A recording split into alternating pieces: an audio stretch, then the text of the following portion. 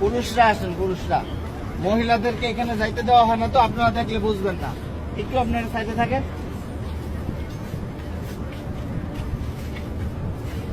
আমরা ভিতরে যাব হচ্ছে এইভাবে। আমাদের বাম দিকে থাকবে রওজা। রওজা থাকবে কি বাম দিকে। ভিতরে কথা বলার কোনো সুযোগ নাই, বেশি সময় দাঁড়ায় থাকারও সুযোগ নাই। প্রথম দুইটা ছিদ্র থাকবে, যে দুইটা ছিদ্রের ভিতরে কোনো কিছু নাই। কবরের জায়গা ফাঁকা আছে। এখানে হযরত ঈসা আলাইহিস সালাতু ওয়াস সালামকে দাফন করা হবে। ওই পাশে হচ্ছে হযরত ইমাম মাহদিকে দাফন করা হবে। তো এই যে প্রথম দুইটা ছিদ্র ফাঁকা, এখানে অনেকে দেখবেন সালাম দিতেছে, ভিড় লেগে আছে। এখানে সালাম দিব না, আমরা সালাম দিব হচ্ছে এইখানে। এইখানে এই ছিদ্র বরাবর ভিতরে হচ্ছে রাসূল সাল্লাল্লাহু আলাইহি ওয়াসাল্লামের রওজা। এই জায়গায় সালাম দিব। দেখবেন যে এরকম যেই ছিদ্রটা, এইটার সাথে কিন্তু কোনোটার মিল নাই, ঠিক আছে।